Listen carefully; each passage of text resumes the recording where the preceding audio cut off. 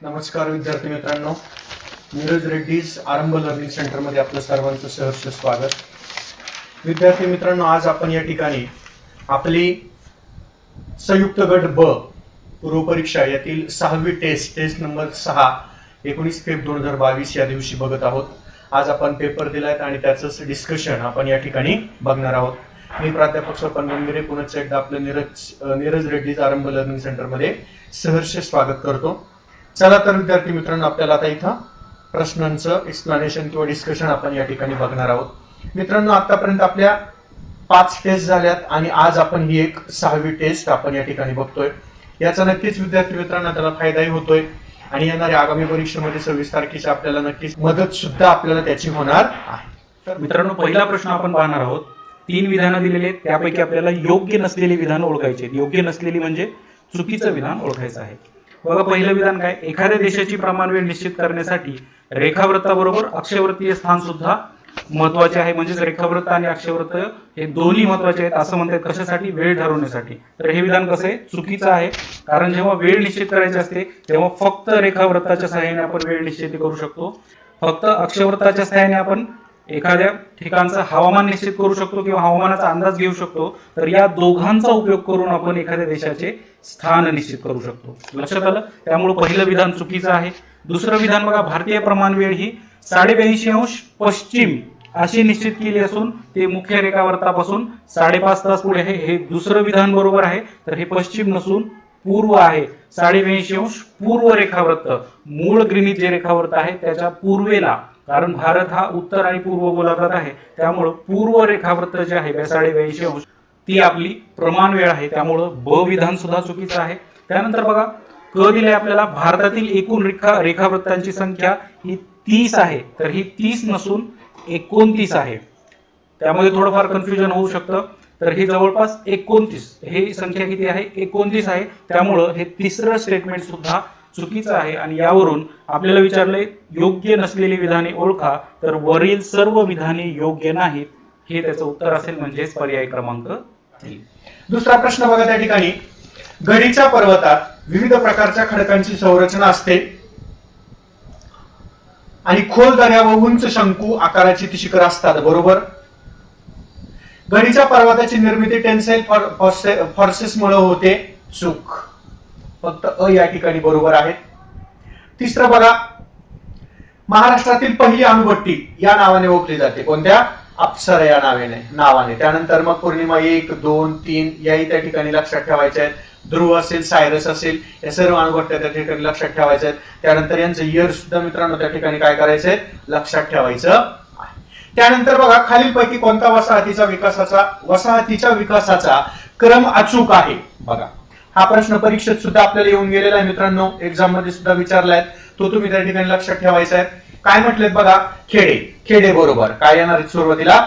खेड्यांमधूनच शहरांचा जन्म होतो मित्रांनो, लक्षात ठेवा. शहर ही खेड्यांपासून निर्माण झालेली काय अपत्य आहेत. त्यानंतर खेड्याचा उगम, खेड्यातून काय होतात? शहरांमधून काय होतात? नगरामधून मित्रांनो महानगर, आणि मग शेवटी कोण आहेत? सनगर. म्हणजेच पर्याय क्रमांक 4 हे आपल्या त्या प्रश्नाचं काय असणार मित्रांनो? उत्तर असणार आहे. पर्याय क्रमांक 4. त्यानंतर 5वा प्रश्न मित्रांनो या ठिकाणी आपल्याला मायग्रेशन या टॉपिकवर विचारला होता. बघा, कशावर? मायग्रेशन म्हणजे काय? स्थलांतर. एखादी व्यक्ती असेल, कुटुंब असेल किंवा व्यक्ती समूह असेल किंवा लोक असेल, लोकांचा समूह असेल, तो ज्या वेळेस एका ठिकाणाहून दुसऱ्या ठिकाणी काय होत असतो? आपलं हॅबिटेट किंवा आपलं वसतिस्थान बदलतो किंवा जातो, त्याला काय म्हटलं जातं? स्थलांतर. मग स्थलांतराची प्रमुख कारणं कोणती, त्याचे परिणाम कोणते, स्थलांतराचे प्रकार कोणते, ही आपण त्या ठिकाणी बघणं गरजेचं आहे. आणि त्यामध्ये सर्वाधिक स्थलांतर हे कोणतं होतं मित्रांनो? रुरल टू रुरल, म्हणजे ग्रामीण ते ग्रामीण होतं. आणि याच्या विरुद्ध जर आपण बघितलं तर आपल्याला दिसतं काय बरं? Urban to rural. सर्वात कमी जर विचारलं तर काय? Urban to rural. आणि सर्वाधिक जर विचारलं तर ग्रामीण ते ग्रामीण हे आहेत. लक्षात ठेवा, ग्रामीण क्षेत्राकडून ग्रामीण क्षेत्राकडे. आणि सर्वाधिक स्थलांतराचं प्रमाण जर बघितलं मित्रांनो कशामुळे होतं? तर विवाह. कारण काय? तर विवाह. लक्षात ठेवा, हेही त्या ठिकाणी मित्रांनो काय करायचंय? लक्षात ठेवायचं आहे, बरोबर. त्यानंतर पुढे बघा मित्रांनो, पुढचा प्रश्न आपल्याला या ठिकाणी दाखवलाय. उत्तर भारतीय मैदानी प्रदेशातील गाळाचं संचयन खालीलपैकी कोणता क्रम उत्तरेकडून दक्षिणेकडे? परीक्षेला आलेला प्रश्न पर्याय क्रमांक 2 तराई, भांगर आणि खादर. तराई, भांगर आणि खादर. त्यानंतर अयोग्य विधान निवडा. बघा 7वा प्रश्न दिलाय. अयोग्य विधान निवडा. बनिहाल खिंड ही श्रीनगर जम्मू दरम्यान आहे, बरोबर. जोजिला खिंड ही लडाख ते चीन दरम्यान आहे, बरोबर. मुलिंगला खिंड ही सिक्कीम ते लान्सा दरम्यान, हे चूक. हे बघून घ्यायचं मित्रांनो, आता तुमच्यासाठी हा प्रश्न आहे. आणि मना खिंड ही उत्तराखंड ते तिबेट दरम्यान आहेत, बरोबर. म्हणजे पर्याय क्रमांक 3 हे काय मित्रांनो? चुकीचं आहे. त्यानंतर पुढचा प्रश्न विचारलाय आपल्याला मित्रांनो, खालील धरण प्रकल्पांचा क्रम त्यांच्या असलेल्या दशलक्ष घनमीटर क्षमतेप्रमाणे उतरत्या क्रमाने लावा. उतरत्या क्रमाने म्हणजेच काय बरं मित्रांनो? सर्वात जास्तीकडून सर्वात कमीकडे आपल्याला या ठिकाणी जायचं आहे. त्यामध्ये सर्वांना माहिती आहे जायकवाडी म्हणजे क आपले येणार आहेत, बरोबर. इलिमिनेशन जर बघितलं तर क ने सुरुवात कुठे झाली तेही आपल्या लक्षात येणं गरजेचं आहे. तर एकच ठिकाणी झालीत बघा. पहिलंच ऑप्शन त्याचं आपलं उत्तर आहे, बरोबर. महाराष्ट्रातील सर्वाधिक दशलक्ष घनमीटर क्षमता जर बघितली तर कुणाची आहे? जायकवाडी प्रकल्प. जायकवाडी प्रकल्प कुठे आहे, कोणत्या नदीवर बांधलेला आहे, कोणत्या ठिकाणी आहे, त्याचं नाव काय दिलेलं आहे हे आपण त्या ठिकाणी बघणं गरजेचं आहे, बरोबर. जायकवाडी. त्यानंतर भंडारदारा नगर, बरोबर. भंडारदारा नगर. त्यानंतर म्हटलेत वारणा, बरोबर. वारणा कुठे माहिती आहे? भाटघर. त्यानंतर पेंच, सॉरी बरोबर पेंच, बरोबर.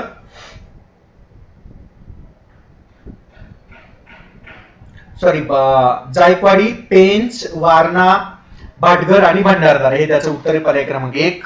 त्यानंतर पुढचा प्रश्न बघा नववा, तापी खोऱ्यातील हवामान. बघा लक्षात ठेवा, तापी खोरे. तापी ही काय? आपली पश्चिम वाहिनी. काय? पश्चिम वाहिनी महत्वाची नदी आहे, लक्षात ठेवा. पश्चिम वाहिनी. आता हिचा उगम लक्षात ठेवायचा आहे, तिचा प्रवासही मित्रांनो त्या ठिकाणी लक्षात ठेवायचा आहे, त्याचं बेसिन जे आहेत किंवा त्याचं जे खोरं आहे तेही लक्षात ठेवायचे आहेत, बरोबर. तिचा महाराष्ट्रातून प्रवास किती झालेला आहे तोही लक्षात ठेवायचा आहे. त्यानंतर भारतातील तिचा प्रवास लक्षात ठेवायचा आहे. त्यानंतर गुजरात मधील कोणत्या ठिकाणी ती अरबी समुद्रात जाऊन मिळते ही त्या ठिकाणी लक्षात ठेवायचे, बरोबर. तापी नदी ही महाराष्ट्रात 2दा येऊन मिळते तेही लक्षात ठेवायचं, कुठे येऊन मिळते, तिची महत्वाची उपनदी कोणती हेही आपण त्या ठिकाणी बघणं गरजेचं आहे. प्रश्न आपल्याला विचारला, तापी खोऱ्यातील हवामान कोणत्या प्रकारचे आहे? तर त्या किनारपट्टीचे आणि पठारी अंतर्भागातील हवामानाचं संमिश्रण आपल्याला त्या ठिकाणी दिसतं, पर्याय क्रमांक 3. त्यानंतर मित्रांनो पुढचा प्रश्न विचारलाय आपल्याला कशावर? पर्जन्य. कशावर विचारलाय? पर्जन्य या घटकावर प्रश्न आपल्याला विचारलाय. महाराष्ट्र राज्यातील सिंधुदुर्ग जिल्ह्यात आंबोली. आता आंबोली म्हटल्यावर सर्वांनाच माहित आहे, बरोबर, की सर्वाधिक पाऊस पडतो 747 सेंटीमीटर. 747 सेंटीमीटर म्हणजे काय? तर 7000 मिलीमीटर पाऊस. लक्षात ठेवा, 7000 मिलीमीटर पाऊस. सातारा जिल्ह्यातील महाबळेश्वर येथे 663 सेंटीमीटर म्हणजे 6000 मिलीमीटर इतका पाऊस पडतो, बरोबर. आणि महाराष्ट्रातील नंदुरबार जिल्ह्याचा पश्चिम भाग, नंदुरबार जिल्ह्याचा पश्चिम भाग व उत्तर भाग आणि नाशिक जिल्ह्याचा पश्चिम भाग यामध्ये मध्यम स्वरूपाचा पाऊस पडतो, बरोबर. काय पडतो? मध्यम स्वरूपाचा पाऊस पडतो. हे विधान बरोबर. दोन्ही विधान योग्य, पर्याय क्रमांक 4 हे त्याचं काय होईल मित्रांनो? उत्तर होईल. त्यानंतर पुढचा विचारलाय आपल्याला कशावर? मासेमारी. कशावर? मासेमारी. महाराष्ट्रातील सागरी मासेमारी क्षेत्राची विभागणी उत्तर कोकण आणि दक्षिण कोकण अशी केलेली आपल्याला दिसते. कुठं? उत्तर कोकण आणि दक्षिण कोकण अशी केलेली दिसते, बरोबर. महाराष्ट्रातील सागरी मासेमारीमध्ये महाराष्ट्रातील सागरी मासेमारी क्षेत्रात उत्तर कोकणामध्ये कोणत्या कोणत्या जिल्ह्यांचा समावेश? साधा प्रश्न होता बघा. पालघर, बरोबर, उत्तर कोकण, ठाणे, मुंबई शहर, मुंबई उपनगर आणि रायगड जिल्ह्यांचा समावेश त्या ठिकाणी होतो. दोन्ही विधान या ठिकाणी मित्रांनो काय? बरोबर आहेत. मग लक्षात ठेवा, आपले डिस्ट्रिक्ट असतील ते डिस्ट्रिक्ट सुद्धा त्यांचा क्रम असेल, त्यांचा मॅप असेल ते आपण फिलअप करून घेणं गरजेचं आहे, त्याची सराव करणं गरजेचं आहे, त्याची प्रॅक्टिस करणं गरजेचं आहे, कोणत्या दिशेला आहेत, कोणत्या ठिकाणी, बरोबर, ही आपण त्या ठिकाणी बघणं गरजेचं आहे.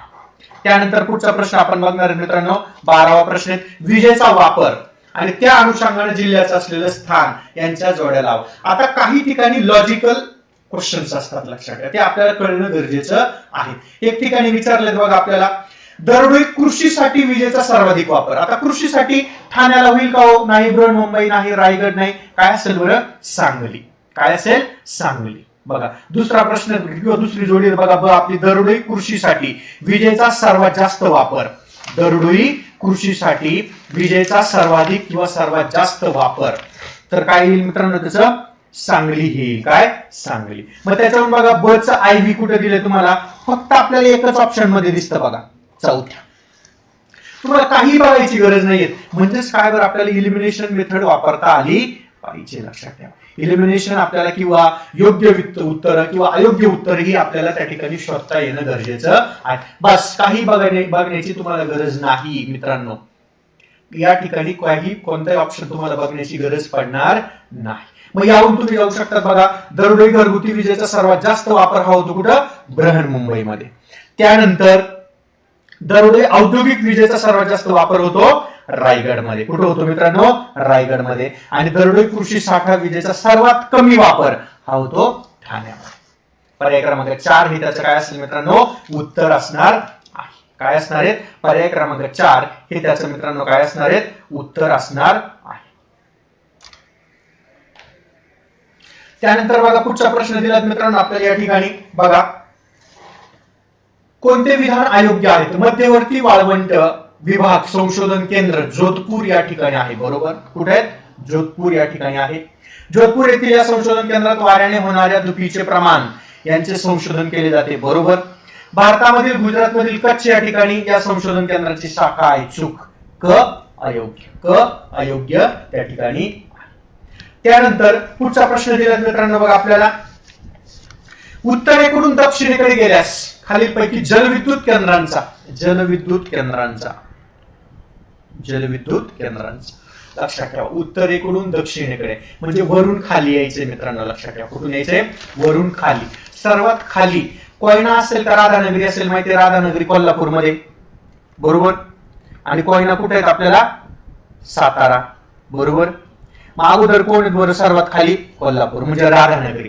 मग बघा पहिलं आणि दुसरं ऑप्शन गेलं, राहिलं काय बघा आता, कोयना नंतर इमिजिएट काय असेल, राधानगरी असणार आहेत. लक्षात ठेवा, पर्याय क्रमांक 4 आपल्या त्या ठिकाणी काय होणार मित्रांनो, उत्तर होणार आहे. काय होणार आहे, 4 हे आपलं त्या ठिकाणी उत्तर असणार आहे. त्यानंतर मित्रांनो पुढे बघा, खाली उत्तर दिलं, प्रश्न दिला जोड्या जुळवा. बघा कातकरी समाज, कातकरी जमात कुठं राहते बरं, जर बघितलं तर कातकरी रायगड. त्यानंतर भिल्ल नंदुरबार, कोरकू अमरावती आणि गोंड भंडारा. मग बघा अ च 4 कुठे दिलेत आपल्याला बघा बरं, पहिल्याच ऑप्शन मध्ये दिले. काय, पहिल्या. भिल्ल नंदुरबार 3, बरोबर. कोरकू अमरावती 2 आणि गोंड भंडारा. मग लक्षात ठेवा मित्रांनो, जमातीवर सुद्धा आपल्याला प्रश्न विचारले जातात. हे तोंड पाठ करून ठेवा. काय करा, तोंड पाठ करून तुम्हाला ठेवायचं. बघा 16वा प्रश्न आहे. आता इथून पुढे आपण इकॉनॉमिक्स या घटकाचे प्रश्न मित्रांनो या ठिकाणी बघणार आहोत. इकॉनॉमिक्स बघा, दांडेकर रथ यांच्या अंदाजानुसार 1960 ते 61 मध्ये ग्रामीण भागात टिंब टक्के लोक आणि शहरी भागात टिंब टक्के लोक दारिद्र्यरेषेखाली जीवन जगत आहे. तर 1960-61 मध्ये विचारलं होतं, 40% ग्रामीण आणि 50% मित्रांनो कुठे होते, दारिद्र्यरेषेखाली. लक्षात ठेवा, शहरी भागामध्ये 40 आणि 50%. पहिलं त्याचं काय होईल, उत्तर होईल. त्यानंतर बघा अटल पेन्शन योजना, कशावर प्रश्न विचारला, अटल पेन्शन योजना, अटल पेन्शन स्कीम किंवा योजना, यावर आपल्याला प्रश्न विचारलेला आहे. बघा सहभागी होण्याचं किमान वय म्हणजे कमीत कमी वय किती पाहिजे, 18 वर्ष आणि जास्तीत जास्त 40. बरोबर, 18 ते 40 पाहिजे. काय, 18 ते 40 मधील व्यक्ती. वर्गणीदारांना आपला हिस्सा भरण्याचा किमान कालावधी 20 वर्ष असावा. किती, कमीत कमी त्यानं वर्गणीदाराने किती वर्ष पैसे भरले पाहिजे, तिथं हिस्सा भरला पाहिजे, तर 20 वर्ष. ही विधान बरोबर. याची सुरुवात 1 जानेवारी 2016 पासून झाली. चूक. तर याची सुरुवात झाली मित्रांनो 9 मे 2015. 9 मे 2015 कलकत्ता.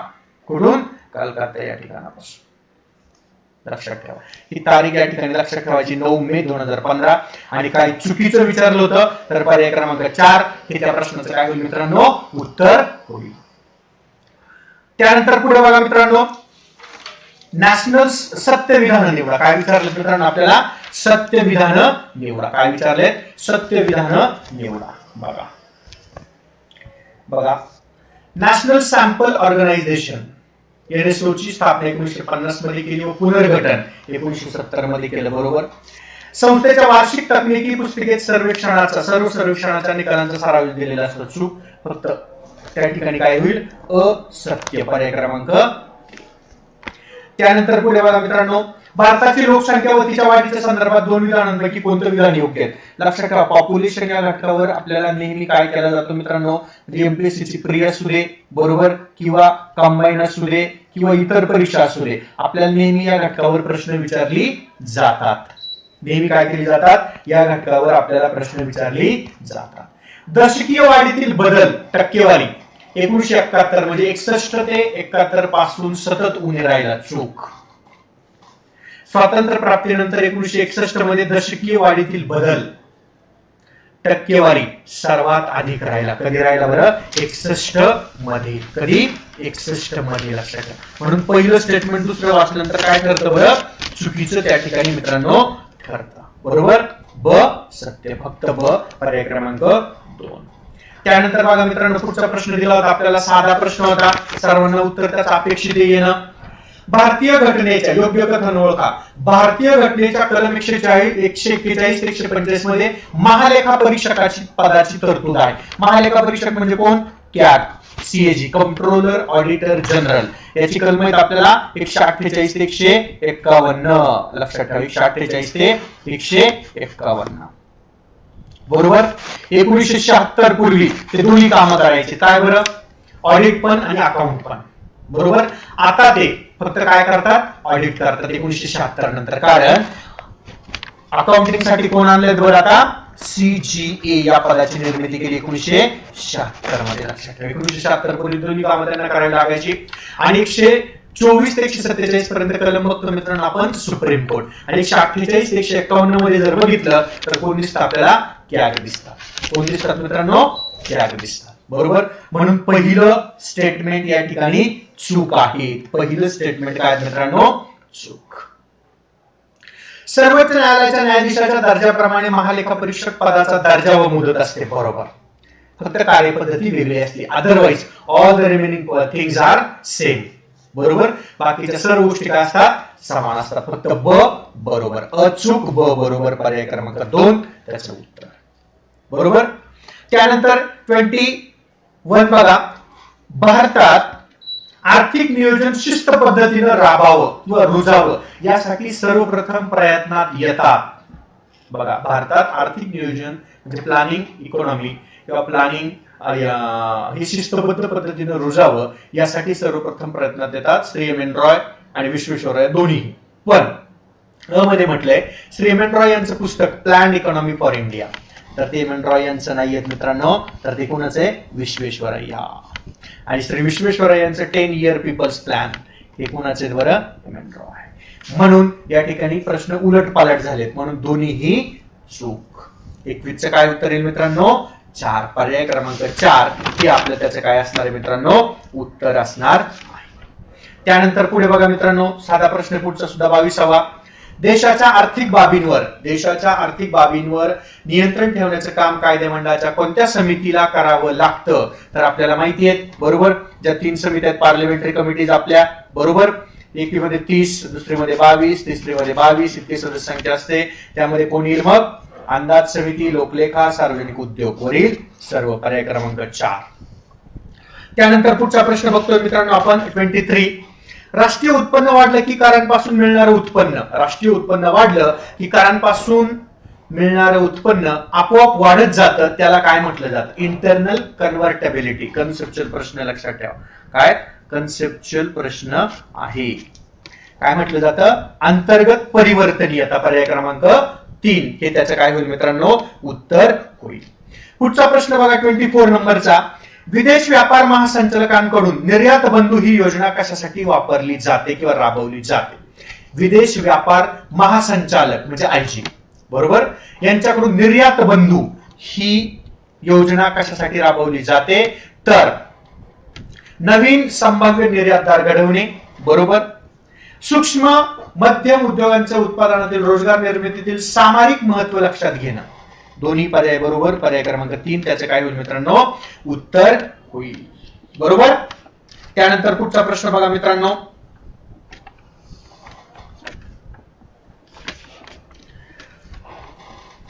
भांडवली खात्यात पुढीलपैकी कशाचा समावेश होतो? परकीय कर्ज बरोबर, परकीय थेट गुंतवणूक बरोबर, खाजगी पाठवलेली रक्कम येईल का? नाही येणार, लक्षात ठेवा.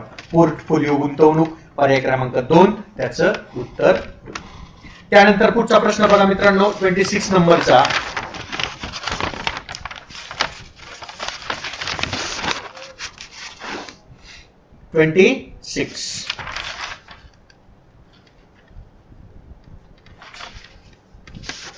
बघा, जागतिक व्यापार संघटनेत खालीलपैकी कोणते करार आहेत?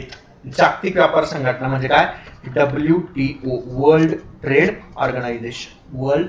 ऑर्गनायझेशन संघटनेत खालीलपैकी कोणते करार आहेत? बरोबर, जकाती व व्यापार विषयक सहमती करार बरोबर, व्यापार शर्ती नाही, सेवा आणि व्यापार सहमती बरोबर, बौद्धिक मालमत्ता हक्काच्या व्यापार संबंधित बाबींबद्दलचा करार बरोबर. अ, क आणि ड पर्याय क्रमांक 4. त्यानंतर पुढे बघा मित्रांनो, 27 नंबरचा प्रश्न या ठिकाणी किती? 27 नंबरचा प्रश्न काय सांगतो आपल्याला बघा.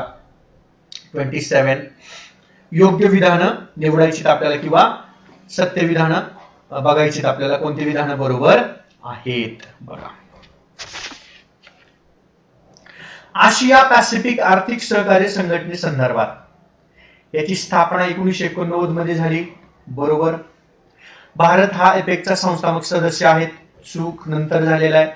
आशिया पॅसिफिक प्रदेशात आर्थिक विकास सहकार्य व्यापार व गुंतवणूक करण्यास प्रोत्साहन देणारी एपेक ही एक प्रायमरी इन्स्टिट्यूट किंवा प्राथमिक संस्था आहे बरोबर. अ आणि क योग्य, पर्याय क्रमांक 3 हे त्याचं काय होईल? उत्तर होईल. पुढचा प्रश्न आहे, रिझर्व्ह बँकेने बँक दर म्हणजे बघा, बँकिंगवर सुद्धा आपल्याला प्रश्न त्या ठिकाणी असतो. त्यामध्ये रिझर्व्ह बँक असेल, रिझर्व्ह बँकेची स्थापना असेल, तिचे कार्य असतील, तिचे साधन असतील, गुणात्मक असतील आणि संख्यात्मक असतील, ती त्या ठिकाणी लक्षात ठेवायची आहे. बघा, रिझर्व्ह बँकेने बँक रेट कमी केल्यास काय होतं? बँक रेट कमी केल्यावर काय होतं? व्यापारी बँका तिच्याकडून कर्ज घेतात आणि व्यापारी बँकांनी जास्त कर्ज घेतल्यामुळे त्या काय करतात बरं? बाजारामध्ये तो पैसा रिलीज करतात, लक्षात ठेवा. त्यामुळे बाजारातील तरलता वाढते. पर्याय क्रमांक 2 हे त्याचं काय होईल मित्रांनो? उत्तर होईल. पर्याय क्रमांक 2 बाजारातील तरलता वाढते. त्यानंतर पुढचा प्रश्न दिला होता मित्रांनो आपल्याला 29 चा बघा. 29 बघा, योग्य जोड्या जुळवा. काय म्हटलंय? योग्य जोड्या जुळवा बघा. 1949, 1955, 1960, 1969 बरोबर. आता बऱ्याच ठिकाणी आपल्याला माहिती आहे 1969 ला काय झालं? बँकांचं पहिलं राष्ट्रीयकरण, की ज्यामध्ये मित्रांनो 1969 ला पहिलं काय झालं? बँकांचं राष्ट्रीयकरण. त्यामध्ये 14 बँकांचं राष्ट्रीयकरण करण्यात आलं होतं बघा. ज्यांच्या ठेवी 50 कोटीच्या पुढे होत्या त्यांना काय करण्यात आलं होतं? नॅशनलायझेशन. आणि नंतर 80 ला जे झालं ते किती होतं? 200 कोटी बरोबर. ते लक्षात ठेवायचे. मग बघा, बँकांचं राष्ट्रीयकरण 1969 बरोबर. बँक नियमन कायदा कधीचा होता मित्रांनो? लक्षात घ्या, 1949. SBI ची निर्मिती भारतीय स्टेट बँकेची 55 आणि 60 मध्ये झालं स्टेट बँक समूहाची निर्मिती. म्हणजे उत्तर यायला पाहिजे आपलं 13412. पर्याय क्रमांक 2 हे त्याचं काय होईल मित्रांनो? आपलं उत्तर होईल. पर्याय क्रमांक 2 बघा. त्यानंतर पुढचा प्रश्न बघा, देशात बचतीचं प्रमाण कमी आहे म्हणजे सेव्हिंगचं प्रमाण काय बरं? कमी आहे. काय? कमी आहे, कमी चाललंय बघा. सेव्हिंगचं प्रमाण कमी का हो? सेव्हिंगचं प्रमाण का कमी आहे बघा? बचतीवर मिळणारा व्याजदर काय बरं? कमी आहे म्हणून बरोबर. विदेशी गुंतवणूक वाढत आहे म्हणून चूक, रोजगारात वाढवते म्हणून चूक नाही, फक्त त्याचं काय होईल मित्रांनो? उत्तर होईल. त्यानंतर पुढे बघायचं मित्रांनो आपल्याला आता पॉलिटिक्स वर आपल्याला क्वेश्चन बघा. इंडियन पॉलिटीवर. कशावर? इंडियन पॉलिटीचे प्रश्न या ठिकाणी सुरू होत आहेत बघा. खालीलपैकी कोणता कालावधी हा 7च्या अधिवेशनाचा आहे? 7च्या अधिवेशनाचा आहे तर त्याचं उत्तर आहे पहिलंच ऑप्शन 4 नोव्हेंबर 1948 ते 8 जानेवारी 1948. पुढे बघा, 32वा प्रश्न इथं दिलाय 32 मध्ये. काय मध्ये 32 मध्ये काय म्हटलं बघा मित्रांनो आपल्याला, खालील विधानांचा विचार करून अयोग्य विधान निवडा. भारतीय संविधानामधील तरतुदीनुसार देवनागरी लिपीमधील हिंदी अधिकृत व्यवहार भाषा असेल अशी तरतूद केली. बरोबर, व्यवहार भाषा आहेत. बरोबर, देवनागरी लिपीतील हिंदी ही अधिकृत व्यवहार भाषा असेल असे घटनेच्या कलम 351 मध्ये नमूद करण्यात आले. चूक. 351 मध्ये काय नमूद केलं मित्रांनो लक्षात ठेवा, हिंदी भाषेचा विकास करणे. हिंदी भाषेचा विकास, हिंदी भाषेचा विकास करणे, हिंदी भाषेचा विकास करणे असं त्या ठिकाणी नमूद केलेलं आहे 351. आणि यांनी काय सांगितलं, अधिकृत व्यवहार भाषा असेल असे घटनेत सांगितले 351 नुसार नाही. तर 351 आर्टिकल काय सिम्बलाइज करते मित्रांनो, हिंदी भाषेचा विकास करणे, हिंदी भाषेचा विकास करणे. ओके, म्हणून तेच चूक आहे त्या ठिकाणी. आणि आपल्याला एकच अयोग्य विचारलंय, तिथं आन्सर्स ऑप्शन नाही म्हणून 2 आपल्याला काय होईल, त्याचं उत्तर होईल. पुढे बघा, कलम 350 नुसार राज्य स्तरावर मातृभाषेतून शिक्षण द्यावयाची सूचना करण्यात आली. बरोबर. 343 नुसार सरकारी प्रयोजनासाठी वापरायच्या अंकाचे स्वरूप हे भारतीय अंकाचे राष्ट्रीय रूप असेल हे सांगण्यात आले. हेही बरोबर. पुढचा प्रश्न 33 नंबरचा, भारतीय घटना मूलभूत हक्क आणि मार्गदर्शक तत्वांच्या संकलनावर भक्कम उभी आहेत असं सर्वोच्च न्यायालयानं कोणत्या खटल्याचा निकाल देताना म्हटलं, तर गोपालन खटला. लक्षात ठेवा. मग मित्रांनो ही जी मॅटर्स आहेत, ही मॅटर्स सुद्धा तुम्ही त्या ठिकाणी लक्षात ठेवणं गरजेचं. पुढचा 34 नंबरचा आहे, पीएम वर प्रश्न विचारलात बघा. पीएमच्या निवडीबाबत, पीएमच्या निवडीबाबत म्हणजे पंतप्रधानांच्या निवडीबाबत आपल्याला या ठिकाणी प्रश्न विचारलेला आहे. ती व्यक्ती लोकसभेतील बहुमत प्राप्त पक्षाचा नेता असावी. ती व्यक्ती लोकसभेतील बहुमत प्राप्त पक्षाची काय असावी, नेता असावी. बरोबर. म्हणजे which party has been got majority in Lok Sabha, the leader of this party will become the prime minister of India. बरोबर. ज्या लोकसभेतील बहुमत प्राप्त पक्षातील नेत्याचीच काय होते, पंतप्रधानपदी निवड होते. बरोबर. ती व्यक्ती राष्ट्रपतीच्या मर्जीतली असावी, अजिबात नाही. चूक. ती व्यक्ती लोकसभेतील बहुमताचा विश्वास प्राप्त करू शकणारी असावी. बरोबर. संबंधित व्यक्तीच्या पक्षाला लोकसभा किंवा राज्यसभेत बहुमत असावं. चूक. लोकसभा किंवा राज्यसभेत नाही, तर फक्त लोकसभा, फक्त लोकसभा, म्हणून ते चूक. म्हणजेच अ आणि क फक्त काय होईल, योग्य.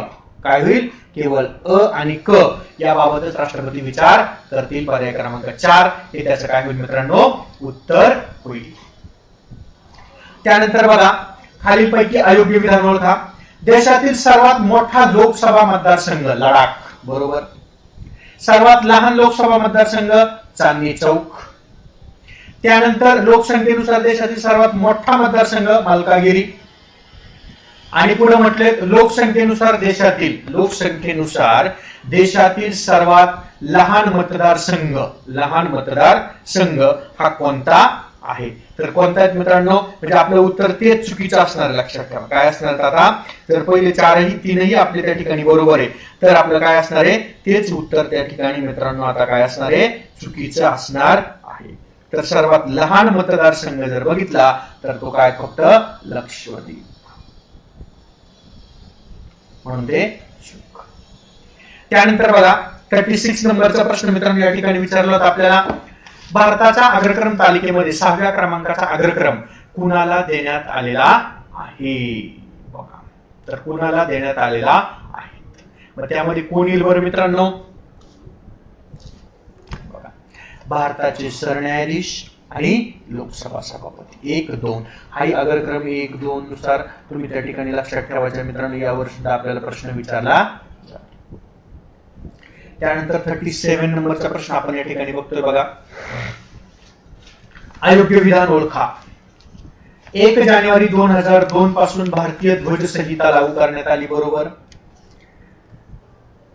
भारतीय ध्वज आयताकृती असेल, लांबी व उंची यांचं प्रमाण काय असेल, 3:2 असेल. बरोबर.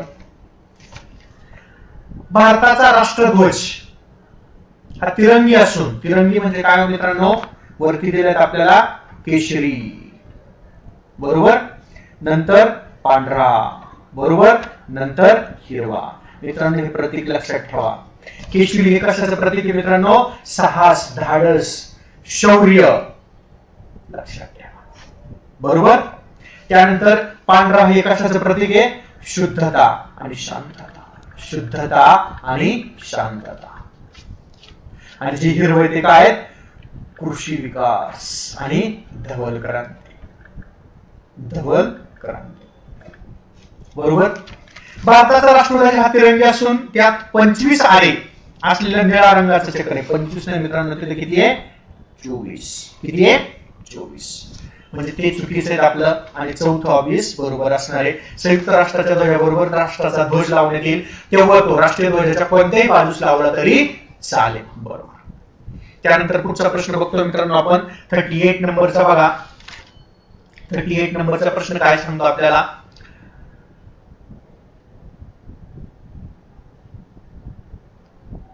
भारताच्या महान्यायवादी संदर्भात कोणती विधानं बरोबर आहे? बघा. भारताचा राष्ट्रपती त्याची नियुक्ती करतो. बरोबर.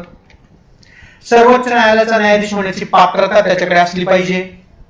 बरोबर. तो संसदेच्या सभागृहाचा सदस्य असला पाहिजे. चूक, गरज नाही. मग आता कुठं कुठं दिले बघा. 4 मध्ये दिले, 3 मध्ये दिले, 2 मध्ये दिले. म्हणजे उत्तर काय होईल त्याचं मित्रांनो? काय? 1 झालं. महाभियोग चालून संसद त्याच पदावरून दूर करते तर संसदने तर राष्ट्रपती त्यांना काय करतात? बाजूला काढतात. संसदेने ते पास केल्यानंतर राष्ट्रपती त्यांना बाजूला काढतात. त्यानंतर पुढे जाऊ. 39 नंबरचा प्रश्न मित्रांनो बघा. भारतीय घटनेत कशाला मान्यता दिली? धार्मिक अल्पसंख्याक नाही, भाषिक नाही, भाषिक धार्मिक वांशिक नाही, धार्मिक आणि भाषिक. कशाला? धार्मिक आणि भाषिक. 29, 30. पुढे बघा. खालीलपैकी कोणत्या राज्यात द्विस्तरीय पंचायत राज व्यवस्था आहे? सिक्कीम आणि गोवा. सिक्कीम आणि गोवा. पर्याय क्रमांक 1. आता इथं बघायचं पेसा कायदा. काय बघायचं मित्रांनो? पेसा ऍक्ट विचारला होता आपल्याला 41 मध्ये. पेसा पंचायती अनुसूचित क्षेत्रांना लागू करणे. बरोबर. हा कायदा 1996 साली संमत करण्यात आला. बरोबर. अयोग्य विधान ओळखायचं आपल्याला, हे बरोबर आहे. आणि पेसा काय होतं बरं? अनुसूचित क्षेत्रातील आदिवासींची संस्कृती, परंपरा, अनुसूचित क्षेत्रातील आदिवासींची जी संस्कृती असेल, परंपरा असेल, त्यांचं जतन करणे, संवर्धन करणे. बरोबर. 10 राज्यांमध्ये सध्या. बरोबर. महाराष्ट्र, त्यामध्ये जर बघतो आपण महाराष्ट्र, गुजरात, आंध्र प्रदेश, मध्य प्रदेश, झारखंड, ओडिशा, छत्तीसगड, हिमाचल प्रदेश, राजस्थान आणि तेलंगणा या 10 राज्यांमध्ये आपल्याला दिसते. अरुणाचल प्रदेशमध्ये सुद्धा लागू आहे. अरुणाचल प्रदेशमध्ये सुद्धा लागू आहे. चूक. तर ती आंध्र प्रदेशमध्ये. फक्त क हे त्याचं काय होईल? उत्तर चुकीचं. पुढे जाऊया मित्रांनो बघा. 42 नंबरचा प्रश्न आहे बघा. राज्यपाल म्हणून नियुक्त करण्यात आलेले सर्वोच्च न्यायालयाचे पहिले सरन्यायाधीश कोण? तर उत्तर येईल क आणि ड. न्यायमूर्ती फातिमा बीबी आणि न्यायमूर्ती पी सदाशिवम. क आणि ड त्याचं उत्तर होईल. धनविधेयक पुढीलपैकी कुठे प्रस्तुत केलं जातं? कुठे प्रस्तुत केलं जातं? तर प्रथमतः लोकसभेमध्ये. राष्ट्रपतीने दिलेल्या संसदेच्या कोणत्याही सभागृहात चूक. प्रथम राज्यसभेत चूक. संसदेच्या दोन्ही चूक. बरोबर. तेही त्या ठिकाणी बघून. तर प्रथम लोकसभेत. खाली विचारलेत बघा मित्रांनो आपल्याला. 44 ला राष्ट्रपतीच्या निवडणुकीबाबत 44 नंबरचा प्रश्न आहे बघा. बरोबर. कलम 55 मध्ये राष्ट्रपतीची निवडणूक पद्धत सांगितलेली आहे. बरोबर. लोकसभा व राज्यसभा मधील निर्वाचित सदस्य इथं मतदान करतात. बरोबर. लोकसभा, राज्यसभा तथा विधानसभेचे निर्वाचित सदस्य. पण इथं लोकसभा, राज्यसभा मधील निर्वाचित सदस्य. बरोबर. राज्य विधिमंडळाचे दोन्ही सभागृह. चूक. दोन्ही नाही, फक्त विधानसभाच. फक्त विधानसभा. दिल्ली पॉंडिचेरी मधील सर्व निर्वाचित सदस्य 71व्या घटनादुरुस्तीनुसार पात्र ठरले. तर 71वी नाही तर ती 70वी. लक्षात ठेवा. म्हणून क आणि ड चुकीचं. फक्त अ आणि ब बरोबर. पर्याय क्रमांक 1 त्याचं काय होईल मित्रांनो? उत्तर. पुढचा प्रश्न आहे महान्यायवादी. आता महान्यायवादी म्हणजे काय मित्रांनो? महान्यायवादी म्हणजे कोण? EGR, attorney general of India, according to 76, बरोबर. आणि राज्याला असतो तो ऍडव्होकेट जनरल, अकॉर्डिंग टू 165. याची नेमणूक होते गव्हर्नर कडून, बरोबर, आणि यांची होती प्रेसिडेंट कडून, बरोबर. हा असतो सर्वोच्च कायदा अधिकारी केंद्र सरकारचा आणि हा सर्वोच्च कायदा अधिकारी राज्याचा, बरोबर. त्यामध्ये बघा नियुक्ती राष्ट्रपतीकडून होते, बरोबर. महान्यायवादीची पात्रता सर्वोच्च न्यायालयाच्या न्यायाधीशासारखी असते, बरोबर बरोबर. देशाच्या कोणत्याही न्यायालयात खटला ऐकण्याचा अधिकार देण्यात आला, बरोबर. अ ब क तीनही उत्तर किंवा स्टेटमेंट बरोबर आहेत. पंचायतचं उत्तर काय येईल मित्रांनो? मग पर्याय क्रमांक 1. त्यानंतर मित्रांनो डायरेक्ट जातोय आपण कुठे? 61 ला. बघा हिस्ट्रीवर जातोय बघा. 61 हिस्ट्रीचे प्रश्न या ठिकाणी आपण बघत आहोत. इतिहास कशाचे प्रश्न बघतो मित्रांनो आपण? हिस्ट्रीचे प्रश्न त्या ठिकाणी. पुणे करार. मित्रांनो पुणे करार कधी झाला होता हे लक्षात ठेवा. पुणे करार झाला होता कधी मित्रांनो? पुणे पॅक्ट त्याला म्हणतो, पुणे पॅक्ट, बरोबर. 26 सप्टेंबर 1932. आणि का झाला होता बरं हा?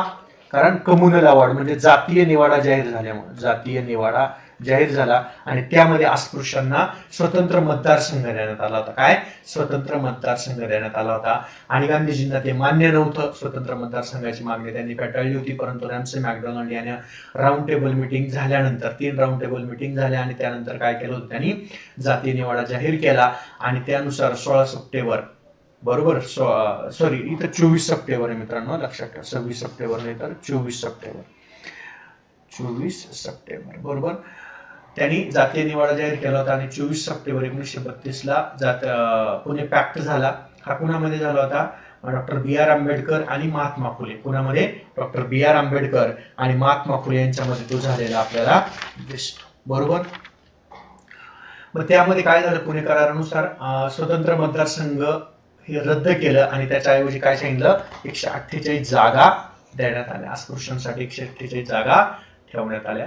आणि याचा उल्लेख म्हणून कोणाचा मध्यस्थ म्हणून उल्लेख करण्यात येईल तर मित्रांनो त्यामध्ये त्याचं उत्तर येईल काय बरं? पर्याय क्रमांक 3 हे त्याचं उत्तर असेल. पंडित मदन मोहन मालवीय, राजेंद्र प्रसाद आणि MC राजा. पर्याय क्रमांक 3.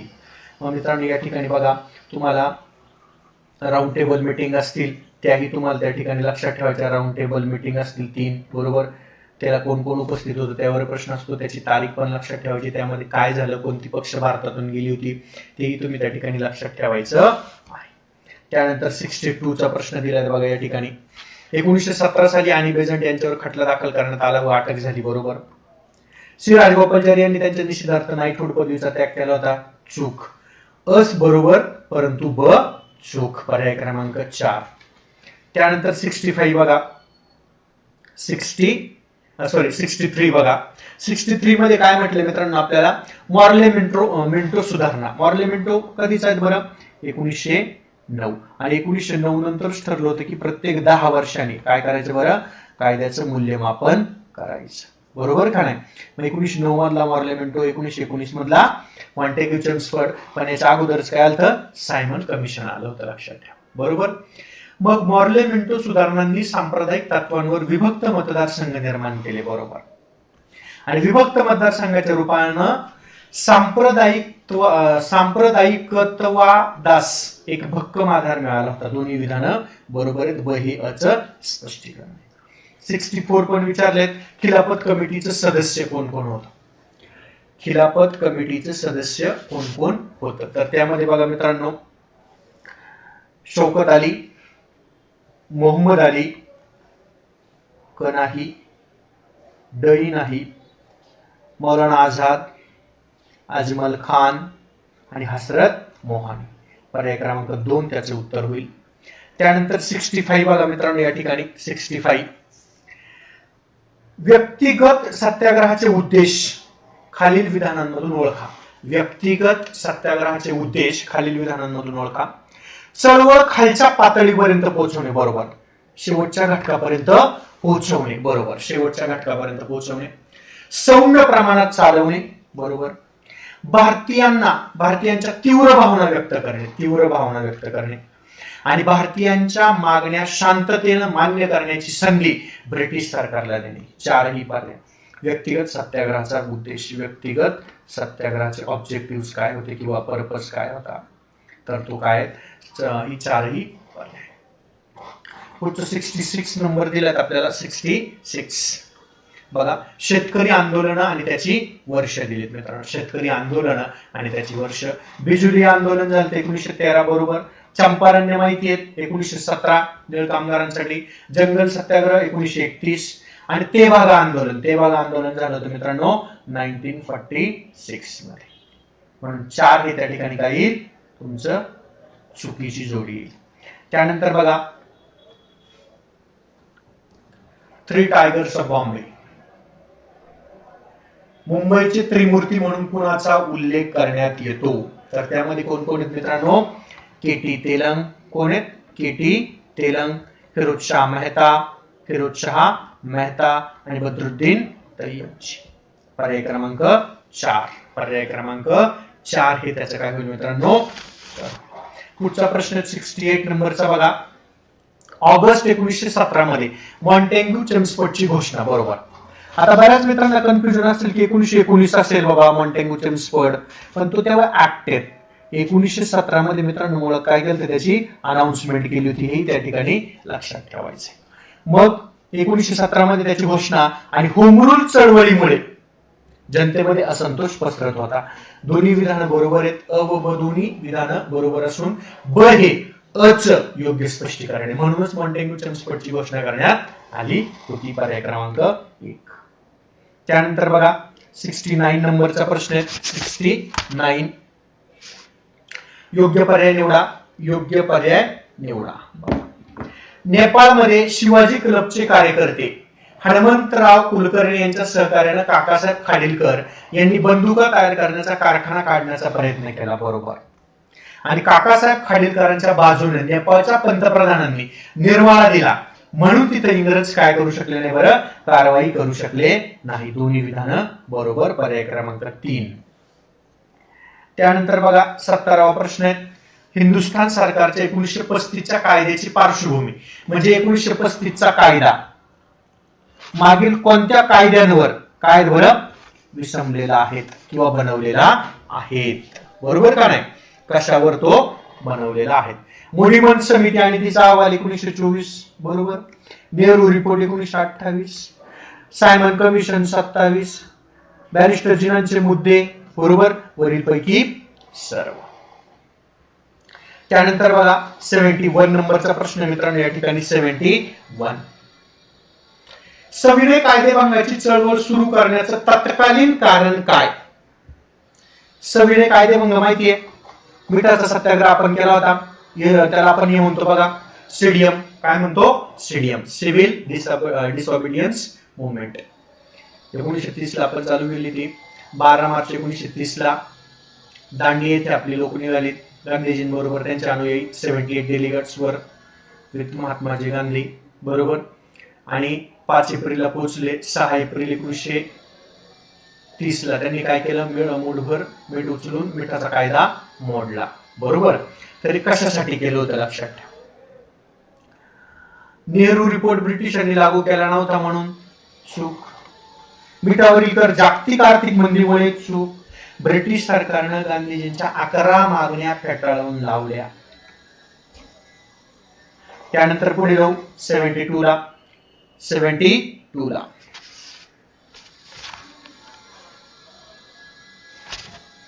1857च्या उठावाशी संबंधित योग्य बाबी कोणत्या?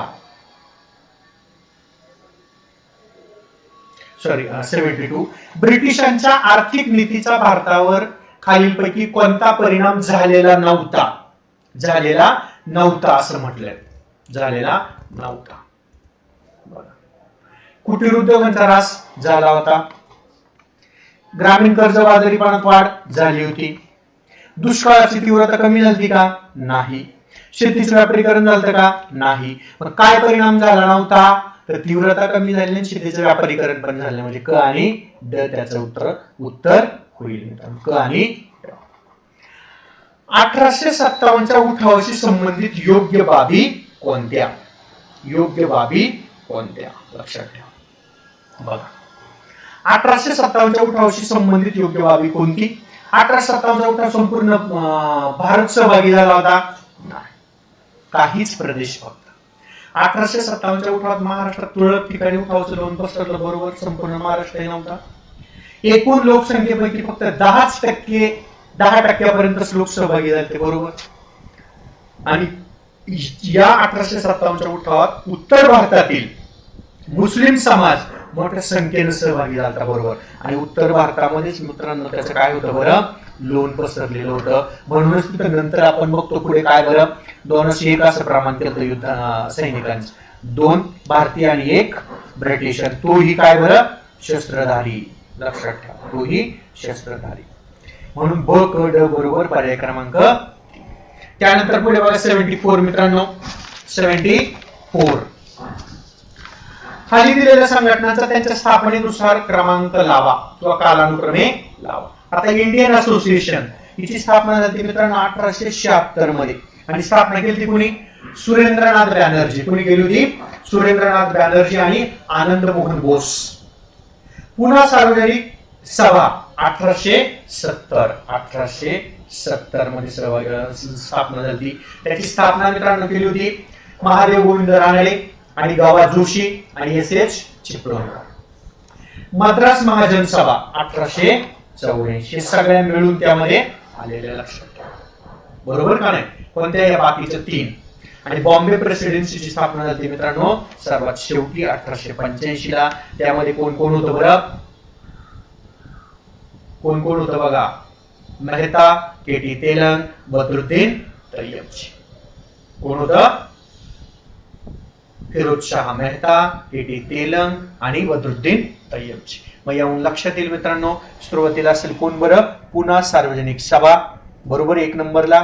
त्यानंतर 2 नंबर येईल तुमची इंडियन असोसिएशन, 3 नंबर येईल तुमची मद्रास महाजन आणि 4 नंबर येईल बॉम्बे प्रेसिडेन्सी. ब अ क ड. ब अ क ड. त्यानंतर 75 बघा, भारत छोडो आंदोलनासाठी महात्मा गांधींनी जनतेला उद्देशून खालीलपैकी कोणते निर्देश दिले होते? काँग्रेस प्रति सरकारी कर्मचाऱ्यांची निष्ठा घोषित करावी. सरकारी कर्मचाऱ्यांची निष्ठा घोषित करावी. भारत छोडो आंदोलनात सहभागी होण्यासाठी सरकारी कर्मचाऱ्यांनी नोकरीचा त्याग करावा नाही, तर घरं रस्त्यावर आली असती म्हणून नोकरीचा त्याग करावू नये असं सांगितलं होतं. विद्यार्थ्यांनी आपलं शिक्षण स्वातंत्र्य मिळेपर्यंत सोडावं, बरोबर.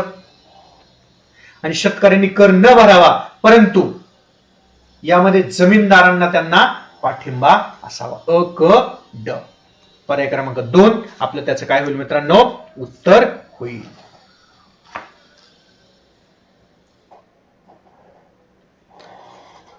त्यानंतर बघा 76 नंबरचा प्रश्न काय सांगतो मित्रांनो? 76 म्युकरमायकोसिस हा बुरशीजन्य रोग आहे, बरोबर. तो काय बरं? फंगल आहे.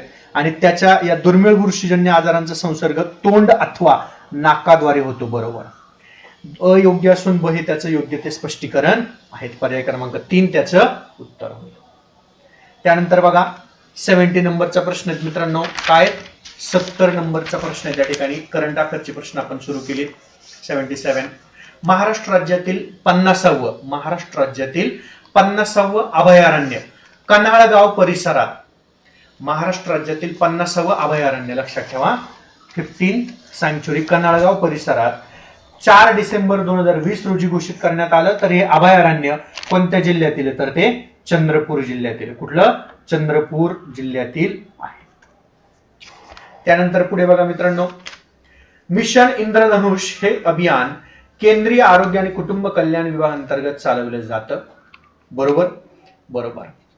मिशन इंद्रधनुष हे अभियान केंद्रीय आरोग्य आणि कुटुंब कल्याण विभागांतर्गत चालवलं जातं. कशासाठी? तर गर्भवती महिला असतील, लहान मुलं असतील यांच्यासाठी सार्वत्रिक लसीकरण. मग इंद्रधनुष, लक्षात ठेवा, इंद्रधनुष अभियान. इंद्रधनुष अभियान तर काय? लसीकरण. हे एवढं लक्षात ठेवा, लसीकरण. या अभियानाची सुरुवात 19 फेब्रुवारी 2021 रोजी करून गर्भवती महिला, लहान मुले यांच्यासाठी सार्वत्रिक लसीकरण करणे, बरोबर. दोन्ही विधानं योग्य आहेत. 78चं काय होईल? 2. त्यानंतर पुढे बघा मित्रांनो 79 वर प्रश्न या ठिकाणी विचारलेला आहे. सुंदरलाल बहुगुणा यांचं 21 मे 2021 रोजी वयाच्या 94 वर्षी निधन झालं. बरोबर. त्यांनी काय केलं होतं बरं? चिपको आंदोलनाला सुरुवात केली. 1973 मधील अलकनंदा खोऱ्यातील मंडळ गावात त्यांनी चिपको आंदोलनाला काय केली? सुरुवात केली. आणि अलकनंदा खोरे कुठे आहेत मित्रांनो? उत्तराखंड. कुठे आहेत? उत्तराखंड मध्ये, मध्य प्रदेश मध्ये नाही. म्हणून फक्त अ आणि ब योग्य. पर्याय क्रमांक 1 त्याचं काय होईल मित्रांनो? उत्तर बरोबर. जागतिक जैवविविधता दिन. जागतिक जैवविविधता दिन लक्षात ठेवा. वर्ल्ड बायोडायव्हर्सिटी डे 22 मे. काय मित्रांनो? 22 मे. पर्याय क्रमांक 3. त्यानंतर बघा 81 चा प्रश्न आहे. फुटबॉल स्पर्धा 2021 बाबत सत्य विधान निवडा. बघा, कोपा अमेरिका फुटबॉल स्पर्धा 2021 मध्ये विजेता संघ म्हणून अर्जेंटिना हा देश ठरला. मित्रांनो स्पोर्टवरील सुद्धा ज्या सिरीज आहेत त्या तुम्ही त्या ठिकाणी बघायच्या आहेत. विजेता म्हणून अर्जेंटिना हा देश ठरला. बरोबर.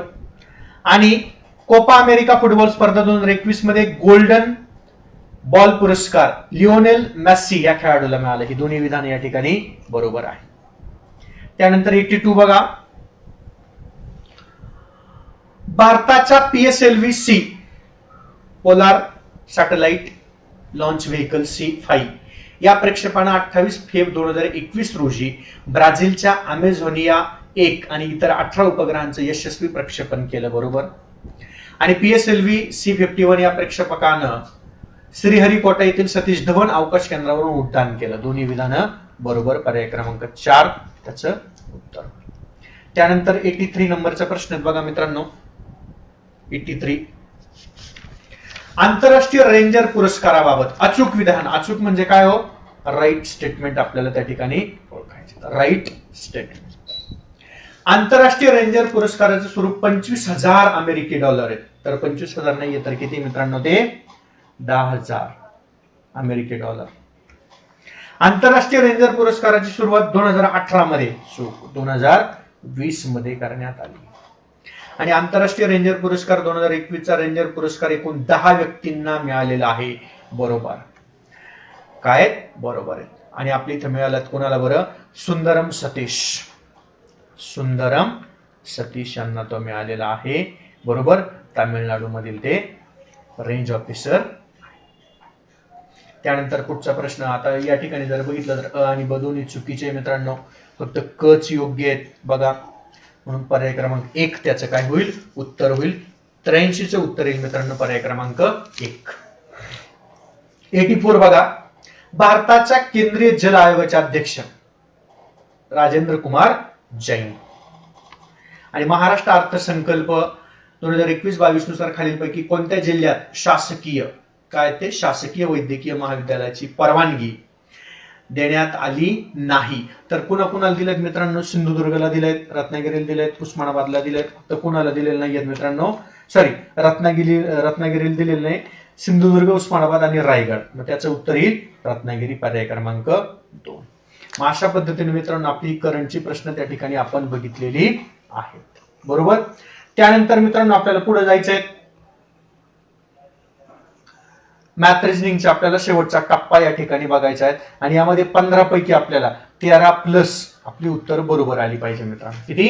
13 प्लस. बघा, आपल्याला प्रश्न विचारला 86 मध्ये ब्लड रिलेशनवर एक्स हा वायचा भाऊ आहे. एक्स हा वायचा भाऊ आहे. ठीक आहे. एक्स हा वायचा भाऊ आहेत म्हणजे हा झाला प्लस मेल. आता एक्स बद्दल वाय बद्दल आपल्याला माहित नाही. वाय हा झेडचा भाऊ आहे. ठीक आहे. झेडचा भाऊ आहेत म्हणजे हा झाला प्लस. हे झाले सिबलिंग्स. आता भाऊ. झेड हा एचा नवरा आहे. एचा नवरा म्हणजे पती. बरोबर. झेड हा एचा नवरा म्हणजे झाली मेल. हे दोघं झाले नवरा बायको. बरोबर. नवरा बायकोसाठी आपण असं करतो चिन्ह. त्यानंतर बी हे एक्स चे वडील. बी हे एक्स चे वडील म्हणजे तिघांचे वडील. आता एक्स वाय आणि झेड हे भावंड आहे. मग यांचं काय झाले? बी हे वडील. बरोबर. तर ए चे बीशी नाते काय? आता एचा नवरा किंवा पती झेड, झेडचे वडील हिचे कोणीतील सासरे. बरोबर. पण ए चे बीशी नाते काय? ए चे बी शी नाते काय बरं? सून. काय येईल मित्रांनो? सून. लक्षात ठेवा. ए कोण आहेत? बी ची सून. ए चे बी शी नाते म्हणजेच ए ही बी ची कोण? तर सून. जर विचारलं बी चे ए शी नाते काय? तर सासरे. पण इथं आपल्याला ए चे बी शी नाते काय? तर सून. पर्याय क्रमांक 2 हे त्या प्रश्नाचं उत्तर होईल. 2. पुढे जाऊया. पुढचा प्रश्न बघा. 87 नंबरचा मित्रांनो. 87 बघा. एक दुकानदार 1 लिटर रॉकेल देताना 150 मिली रॉकेल कमी देतो, परंतु पैसे तेवढेच घेतो, तर त्याला होणारा शेकडा नफा किती? आता 150 कमी देतो म्हणजे त्याला नफाच होत असणार आहे. म्हणजे 1 लिटर मधलं 150 कमी देतो म्हणजे देतो किती होतो? 850 ml. 850 ml ला तो किती काढतो? 150 ml काढतो. बरोबर ना? 850 ला जर तो 150 काढतो तर 100 ला किती शेकडा विचारलंय ना? 100 ला किती? मग काय करणार आपण इथं? तिरकस गुणाकार. 100 गुणिले 150 भागिले 850. मग बघा 0 0 गेला. 5 त्रिक 15, 5 एक 5, 3 उरले, 5 7 35. 100 गुणिले 3 बरोबर 300 भागिले 17. आता यांना भाग जात नाही म्हणून आपण तसंच ठेवू. 300 भागिले 17 आहेत का कुठं? 300 भागिले 17. मग इथं आपण फोड करून दिलेत बघा. आपल्याला चौथा ऑप्शन बघा या ठिकाणी. बरोबर. 17 गुणिले 17 किती होतो मित्रांनो? 289 प्लस 11 किती झाले? 300. 300 आणि खाली 17 म्हणून आपलं उत्तर येईल पर्याय क्रमांक 4. काय येईल मित्रांनो? पर्याय क्रमांक 4 हे आपलं त्या प्रश्नाचं उत्तर. तर मित्रांनो प्रश्न क्रमांक 88 आपण पाहणार आहोत. लंडन ते दुबई प्रवास लंडन ते न्यूयॉर्क पेक्षा जलद होतो, हा निष्कर्ष नेहमी सत्य ठरणारी 2 तथ्ये ओळखा असा आपला प्रश्न आहे. खाली आपल्याला 4 तथ्ये दिलेली आहेत. या 4 तथ्यांपैकी कोणतेही 2 तथ्ये घेऊन आपल्याला हे सिद्ध करायचं आहे किंवा अशी तथ्ये निवडायची आहेत की लंडन ते दुबई प्रवास हा लंडन ते न्यूयॉर्क पेक्षा जलद आहे. म्हणजे बघा काय, लंडन पासनं दुबईचा प्रवास लंडन पासनं न्यूयॉर्क प्रवासापेक्षा जलद आहे. म्हणजे याला कमी वेळ लागतो आणि याला जास्त वेळ लागतो. लक्षात आलं? लंडन ते दुबईला कमी वेळ लागतो, लंडन ते न्यूयॉर्कला जास्त वेळ लागतो. हे आपल्याला सिद्ध करायचे खालच्या 4 तथ्यांकडून. काय सांगते बघा, लंडन ते दुबई उड्डाण हे 7 तासांचे आहे. लंडन ते दुबई हे 7 तासांचे आहे. आता ब सांगते बघा, न्यूयॉर्क ते लंडन उड्डाण हे 6 तासाचे आहे. तो उलट दिले. न्यूयॉर्क ते उड्डाण लंडन किती आहे? 6 तासांचे आहे, जे परतीच्या उड्डाणापेक्षा म्हणजेच लंडन ते न्यूयॉर्क पेक्षा 1 तासाने कमी आहे. म्हणजे हे सुद्धा 7 तासांनी होईल. लक्षात आलं? तर याच्यावरून बघा काय होते की लंडन ते न्यूयॉर्क आणि लंडन ते दुबई हे अंतर किती म्हणते? हे पहिले 2 जर आपण तथ्य पाहिले तर त्याच्यातून सिद्ध होते की दोन्हीचं अंतर किंवा दोन्हींना लागणारा वेळ हा समान आहे. त्यामुळं दुसरं विधान तर होऊ शकत नाही, कारण आपण पहिलं गृहीत धरले 7 तासांचं आहे. त्यानंतर क काय म्हणते बघा, लंडन ते दुबई उड्डाण 9 तासाचे आहे. पहिलं तथ्य सांगते आपल्याला 7 तासांचं आहे, दुसरं तथ्य सांगते 9 तासांचं आहे. मग हे विधान सुद्धा होऊ शकत नाही, क सुद्धा होऊ शकणार नाही. चौथं विधान बघा, म्हणजे ड काय दिले बघा आपल्याला, न्यूयॉर्क ते दुबई हे उड्डाण 11 तासांचे आहे. बघा काय सांगितले, न्यूयॉर्क ते दुबई हे उड्डाण म्हणजे आतमध्ये लंडन तर आहे, टोटल जे आहे हे 11 तासांचं आहे. किती आहे टोटल? 11 तासांचं आहे. जे लंडन ते न्यूयॉर्क या उड्डाणापेक्षा 3 तासांनी जास्त आहे. म्हणजे टोटल जे आहे ह्यापेक्षा 3 तासांनी जास्त आहे. म्हणजे न्यूयॉर्क ते लंडन किती होईल? 8 तासाचं होईल. आता बघा याच्यातून काय आले, परत दुसरी आकृती काढून पाहूया आपण.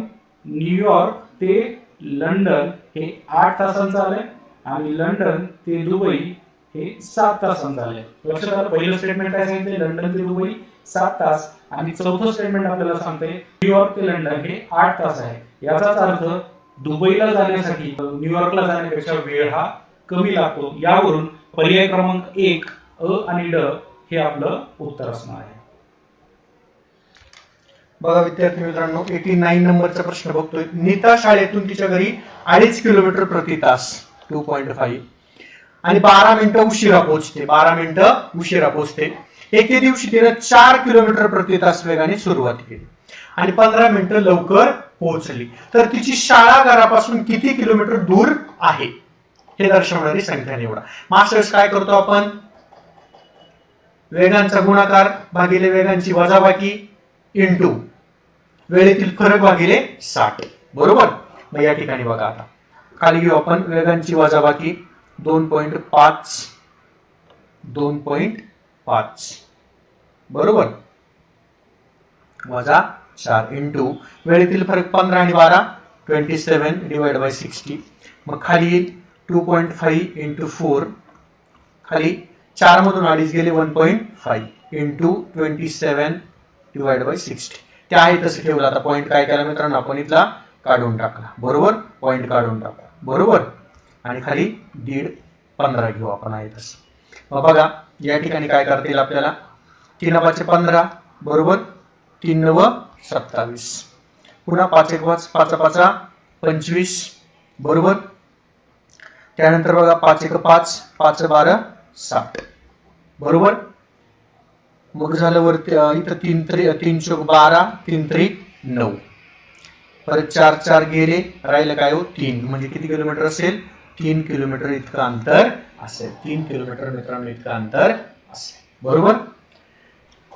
त्यानंतर पुढे जाऊ. पुढचा प्रश्न बघा मित्रांनो या ठिकाणी सोसायटी या शब्दातील बघा शब्द कोणता आहे सोसायटी ETY या शब्दातील सर्व अक्षरांचा वापर करून या शब्दातील सर्व अक्षरांचा वापर करून या शब्दातील सर्व अक्षरांचा वापर करून वेगवेगळे शब्द तयार करायचे आहेत परंतु शब्दातील तीनही स्वर सोबत असले पाहिजेत. अशा प्रकारे किती शब्दांची रचना केली जाऊ शकते. आता तीनही स्वर कोण आहेत O I E लक्षात ठेवा ही कसं सोडवायचं.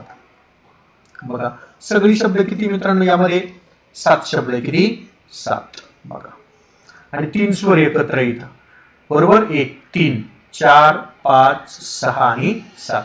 मग इथं 3 कोण कोण आहेत बरं O I आणि E वरायला काय S C T Y म्हणजे किती झाली बरं सर्व 5च झाली बरोबर 5. मग 5चा फॅक्टोरियल घ्यायचा परंतु इंटू सर्व स्वर सोबत आहे सोबत एक इथं आहे किती आहे 3 3चा फॅक्टोरियल.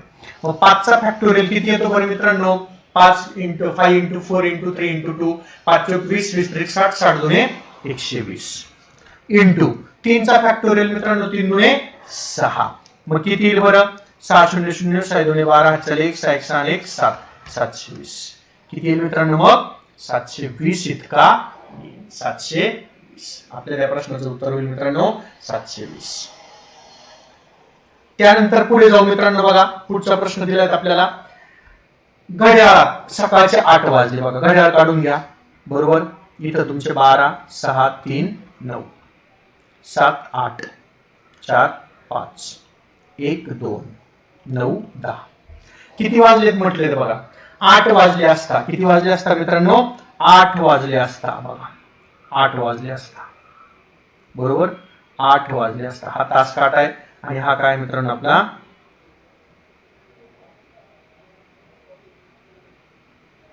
तास काटा आहे तो वरती मिनिट काटा आहे लक्षात ठेवा बरोबर का नाही. तर दुपारचे 2 वाजलेले दाखवण्यासाठी तास काटा किती अंशातून फिरेल म्हणजे तास काट्याला बघा इथून इथं जायचंय पुन्हा इथं इथं इथं इथं आणि इथं 2 वाजणार अंश आणि या दोघांमधलं अंतर जर बघितलं तर किती आहे 30 अंशच आहे. मग किती अंश करायचं त्याला 1 2 3 4 5 आणि 6 म्हणजे 30 इंटू 6 180 अंशातून जाईल तो किती 180 बघा. पर्याय क्रमांक 1 त्या ठिकाणी त्याचं काय होईल मित्रांनो उत्तर होईल. ओके पुढे जाऊ. पुढचा प्रश्न बघा 92 नंबरचा प्रश्न सोपा होता. खाली दिलेल्या आकृतीमध्ये निळ्या रंगाच्या विरुद्ध बाजूला म्हणजे निळ्याच्या विरुद्ध काढायचं आपल्याला निळ्या रंगाच्या विरुद्ध काढायचे बरोबर. कोणत्या रंगाचा प्रश्न मित्रांनो आपण इथे डॉक्टर काढतो बरोबर 6 बाजू दिलेल्या असतात आपल्याला बरोबर. एक बाजू आपण कुठं तरी लिहितो इथे किंवा खाली किंवा इकडे किंवा इकडे. इथे दिलेत लाल पांढरा नारंगी आणि हिरवा निळा पिवळा बरोबर. तर मित्रांनो या ठिकाणी लक्षात ठेवा हे उत्तर काढताना आपल्याला काय लागते कॉमन घ्यावा लागतो. दोन्हीमध्ये कोणीतरी कॉमन असावा लागतो तरच आपलं उत्तर येतं. या ठिकाणी कॉमन कोणी दिलेलं नाही म्हणून ए आणि बी दोन्हीही राशी पुरेशी नाही. पर्याय क्रमांक 3 सामग्री ए आणि सामग्री बी दोन्ही पुरेशी नाही, म्हणून उत्तर येईल पर्याय क्रमांक किती येईल मित्रांनो? आपलं उत्तर त्याचं 3 हे त्याचं उत्तर येईल. ओके, बघा विद्यार्थी मित्रांनो, 93 नंबरचा प्रश्न आपण या ठिकाणी बघतो. काय 93? बघा काय दिलेत आपल्याला, क्वेश्चन मार्क या ठिकाणी आपल्याला शोधायचा आहे. बघा मग इथं 6 कसा आला ते आपण अगोदर शोधणार. 64 चं स्क्वेअर रूट जर बघितलं तर किती येतं? 8. 25 चं 5, एकाचं 1 आणि 36 चं 6 आहेत मित्रांनो.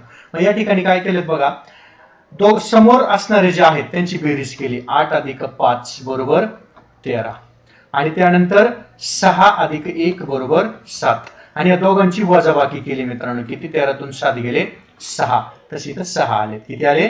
6. तसंच इथं आपण करणार 49 चं स्क्वेअर रूट 7, 64 चं जर बघितलं तर 8, 9 चं बघितलं तर 3 आणि 4 चं बघितलं तर 2. समोरच्या बाजू आहेत 7 अधिक 8 बरोबर 15 आणि 3 अधिक 2 बरोबर 5. मग यांची वजाबाकी जर केली, 15 तून 5 गेले 10, तर इथं काय येईल मित्रांनो? मग 10 येईल. काय येईल? 10. पर्याय क्रमांक 4 हे आपलं त्याचं काय असणार मित्रांनो? उत्तर असणार आहे. 94 नंबरचा प्रश्न बघा मित्रांनो, कारपेक्षा बसमुळे अधिक अपघात होतात आणि बसपेक्षा कमी अपघात घडवतात. काय म्हटलंय? कारपेक्षा बसमुळे अधिक अपघात होतात आणि ट्रक बसपेक्षा कमी अपघात घडवतात. म्हणजे ट्रक काय करतात बरं? कमी, म्हणजेच बस जास्त अपघात करतात. आणि इथं कार कमी आणि बस जास्त. बस काय करतात? जास्त, बसमुळे जास्त अपघात घडवतात. दुसरं स्टेटमेंट, पहिल्या स्टेटमेंटवरून आणि हे दुसऱ्या स्टेटमेंटवरून. तर कोणता निष्कर्ष काढता येईल? रस्त्यावर ट्रकपेक्षा जास्त बस असतात. रस्त्यावर ट्रकपेक्षा जास्त बस असतात. पण मित्रांनो हा निष्कर्ष आपल्याला काढता येईल का? कारण आपल्याला तिथे बसेची संख्या दर्शवलेली नाही, म्हणून ते चूक होईल. कार चालक बस चालकांपेक्षा अधिक दक्ष असतात, हे तर आपल्याला कुठेही दिसत नाहीये, त्यावरून तर नक्कीच नाही. ट्रक चालक कार व बस चालकांपेक्षा अधिक कुशल असतात, नाही. म्हणून वरील पैकी कोणतेही नाही. 94चं काय उत्तर आहे मित्रांनो? आपल्याला 94चं 4 नंबर. काही 4 नंबर. त्यानंतर पुढचा प्रश्न आपल्याला डायरेक्शनवर दिला होता मित्रांनो. कशावर? डायरेक्शनवर प्रश्न विचारलाय. अजित पश्चिमेकडे तोंड करून उभा आहे. कुठं? पश्चिमेकडे तोंड करून उभा आहे. बघा तो घड्याळाच्या काट्याच्या, म्हणजे आता आपल्याला घड्याळ काढावंच लागणार, लक्षात ठेवा. हे दिशा आहेत आपल्या, बरोबर? येत आपली पूर्व, पश्चिम, दक्षिण, उत्तर, आग्नेय, वायव्य, ईशान्य आणि नैऋत्य. बरोबर? आग्नेय, वायव्य, ईशान्य, नैऋत्य. बघा मग यामध्ये बघा काय म्हटलेलं आपल्याला, अजित हा पश्चिमेकडे तोंड करून उभा आहे, म्हणजे इकडं. बरोबर? त्या दोघांमध्ये कितीचं अंशाचा कोण असतो? 45. आणि दोन मुख्य दिशांमध्ये कितीचा असतो? 90चा. एक मुख्य आणि एक उपमुख्य 45 अंश. बरोबर? आता इथं काय म्हटलंय? पश्चिमेकडे तोंड करून उभा आहे आणि घड्याळाच्या काट्याच्या दिशेनं, म्हणजे क्लॉकवाईज 45 मधून वळाला. मग आता इथे इकडे वळाला 45, कारण हे अंतर 45. आता त्याचं वायव्येकडे तोंड आहे. नंतर तो त्याच दिशेने 180 तून वळाला, म्हणजे 90. बरोबर? आणि हे 90. इथं तो येऊन थांबला, म्हणजे त्याचं तोंड येत आता आग्नेयेला आहे मित्रांनो. नंतर घड्याळाच्या काट्याच्या, बघा, नंतर घड्याळाच्या काट्याच्या विरुद्ध दिशेने 270. बघा म्हणजे 91. बघा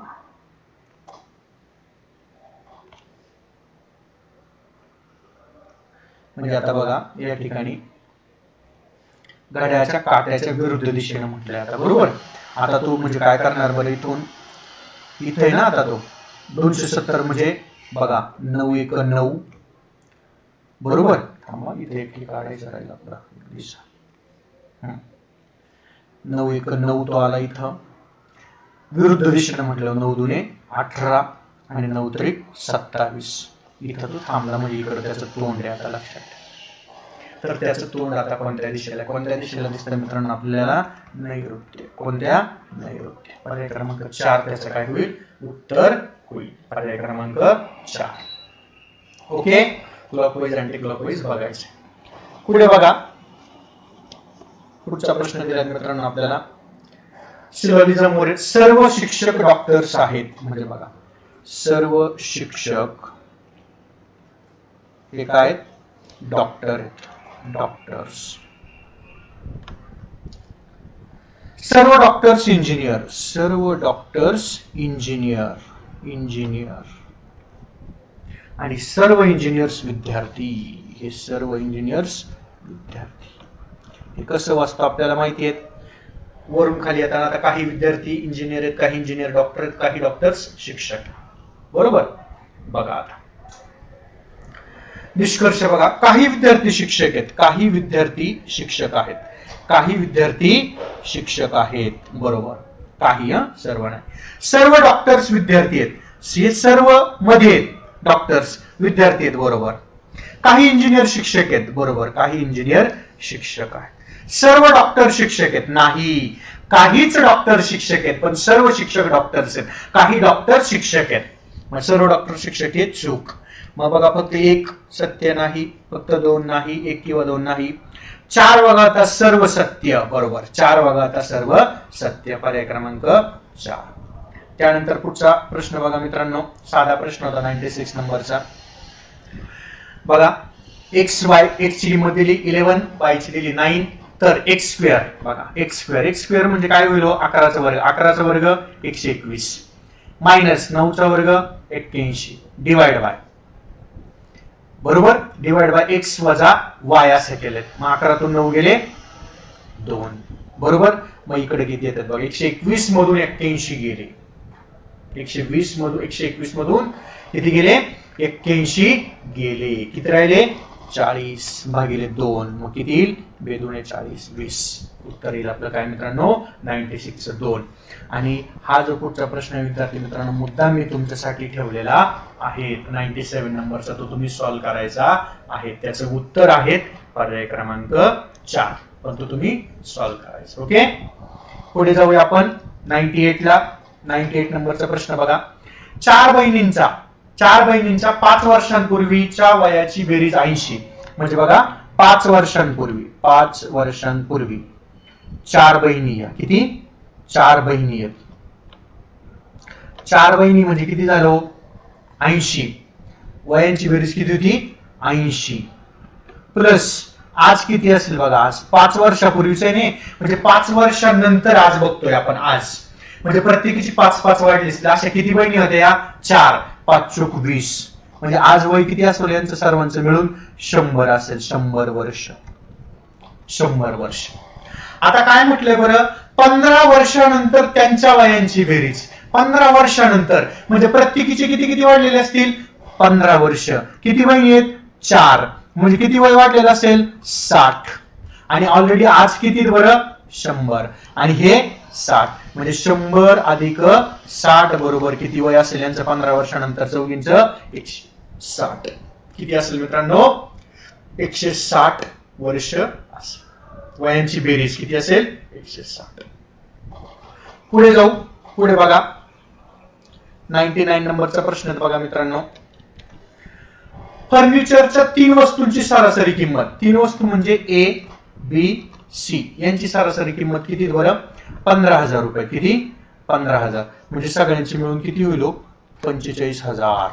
15 त्रिक 45. आणि त्यांचं गुणोत्तर आहे 3 5 7. तर सर्वात महाग वस्तू कोणती? महाग कोणती असेल जिची 7 रेशो तीच. जर ऑप्शन मधून आपण ऑप्शन क्रमांक 3 घेतला 21,000, याला जर आपण 21,000 दिले तर किती? आता आपल्याला यांची बेरीज किती आली पाहिजे मित्रांनो? 45,000 आली पाहिजे. लक्षात ठेवा किती आली पाहिजे? 45,000. मग जर याची सी वस्तूची किंमत जर 21,000 ठेवली तर 3 7 21. 3 7 21. 3 5 15. बघा 3 5 15. आणि इथं 3 त्रिक 9,000. किती? 9,000. लक्षात ठेवा. मग 9 15 किती झाले हो? 15 9 24,000. आणि 24 आणि 21,000 किती होता बघ बरं?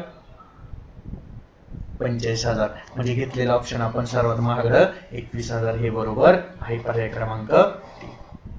त्यानंतर पुढचा प्रश्न बघा मित्रांनो, 100 नंबरचा प्रश्न किती? 100 नंबरचा, दोन संख्यांची बेरीज 146 असून त्यातील फरक 18 आहे.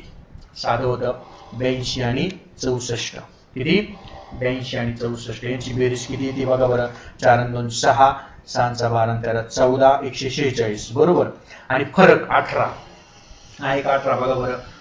82 मधून 64 घालवा, 12तून 4 गेले 8, हातचा 1 दिला, 8तून 7 गेले 1, 18. म्हणजेच पर्याय क्रमांक 1 त्याचं काय होईल मित्रांनो? उत्तर होईल.